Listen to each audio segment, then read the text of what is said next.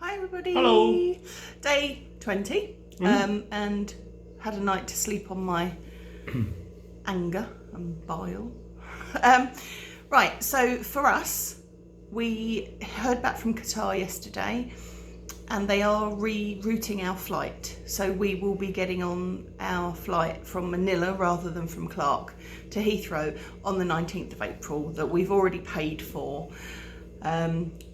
This flight, including lounge access in Doha, cost 3/4 of the flight that the British government are offering. In fact, just less than 3/4 of the flight that the British government are offering, and has double the baggage allowance. So apart from the fact that if we don't take their offer of changing to Manila, we would probably lose that money, we really don't want to leave half of our possessions behind.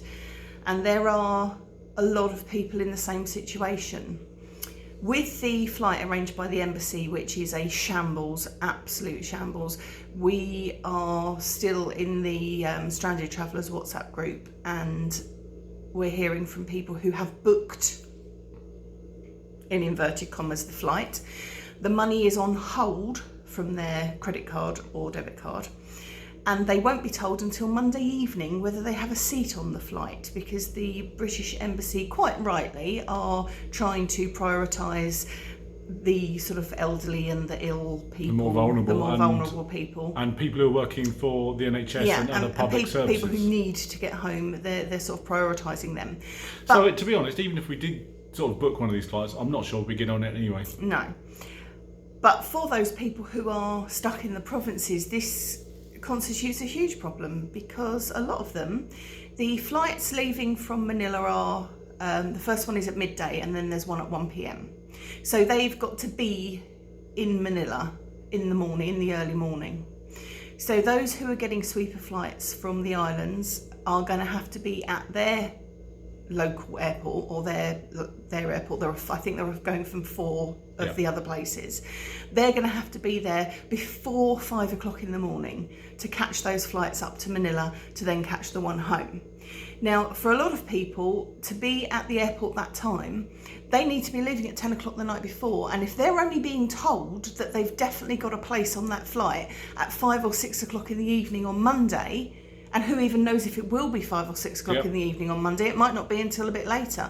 They then haven't got enough time to organise a driver and get the paperwork to get them through to get to the airport to get those flights. So it is still an utter shambles. And that's if the sweeper flights are just leading up to when the actual main flights are. There could be a long time before, we don't know.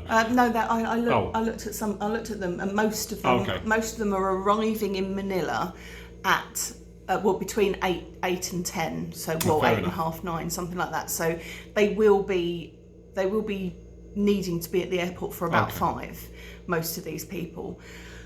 So it is just a complete and utter shambles. There's no organisation, there's no common sense. I've been saying for weeks now, get everybody to Manila, make sure there's a hotel reserved for British people to stay in, that they know they've got a room, they know they've got food. The embassy staff in Manila could then help them get sort of medication and things like that if that's what they need. And then when everybody is there, then put on a repatriation flight. But there doesn't seem to be such a thing as any logical thinking or common sense. And I know it's difficult here in the Philippines. I've been coming here since, I think, the year 2000-ish was the first time I came out. So I've been coming here for 20 years. I know that it's difficult, and I know things do take a long time to get sorted out here. You know, one of the favourite things for people is to say, have a seat for a while, wait for a while. And that is fine, but this could have been done weeks ago. This could have been organised. They could have been getting people to Manila and just saying to people, look, you know, you're safe, you're in a hotel in Manila, you've got food, you've got accommodation. We will be putting on a repatriation flight. We've just got to get everybody here first. But nobody's done that. The ambassador here just keeps putting these really smarmy videos out, and he's not helping matters by being smarmy is the word. There isn't another word for it. I think he thinks he's being calming, but what he's actually being is patronising. And I don't think he realises that people are under a lot of stress here. again, we are okay. You know, we have our moments, and I definitely had a whole day of moments yesterday. But we're safe and we're well. But there are people who are not safe and who are not well. And to then tell them that they've got to go into debt, it's been suggested to us to start a crowdfunding thing, for God's sake. No, that's just ridiculous. They need to sort this out. They do.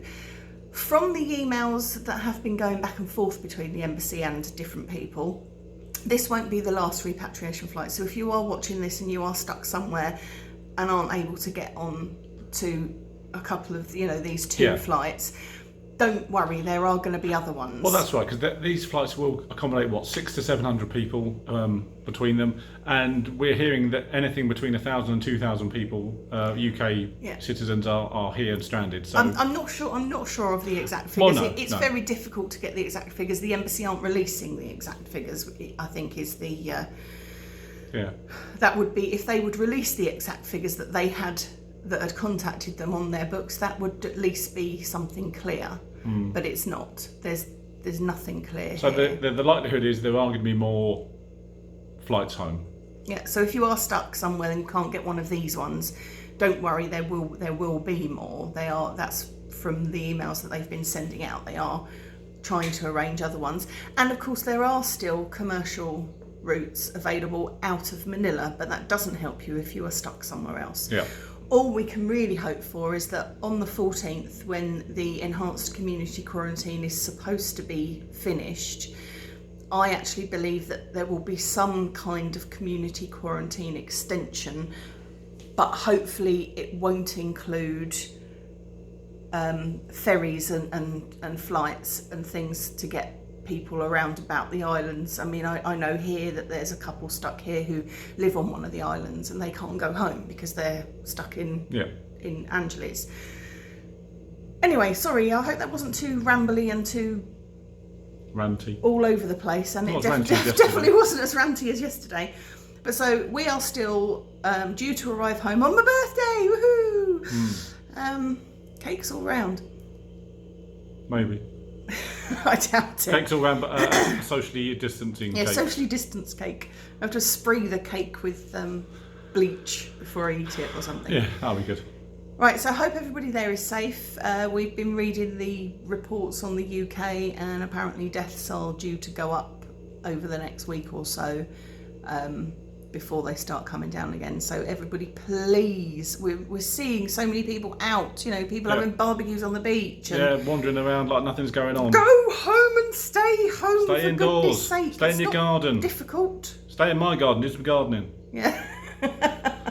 No, we don't want people at your house. They might leave. I'm not there. They might leave something there. They might leave some COVID-19. No, I'll be dead by the time I get home. Right, so be safe and be well. What? I'm waiting for you to tell everybody to wash their hands. Bye.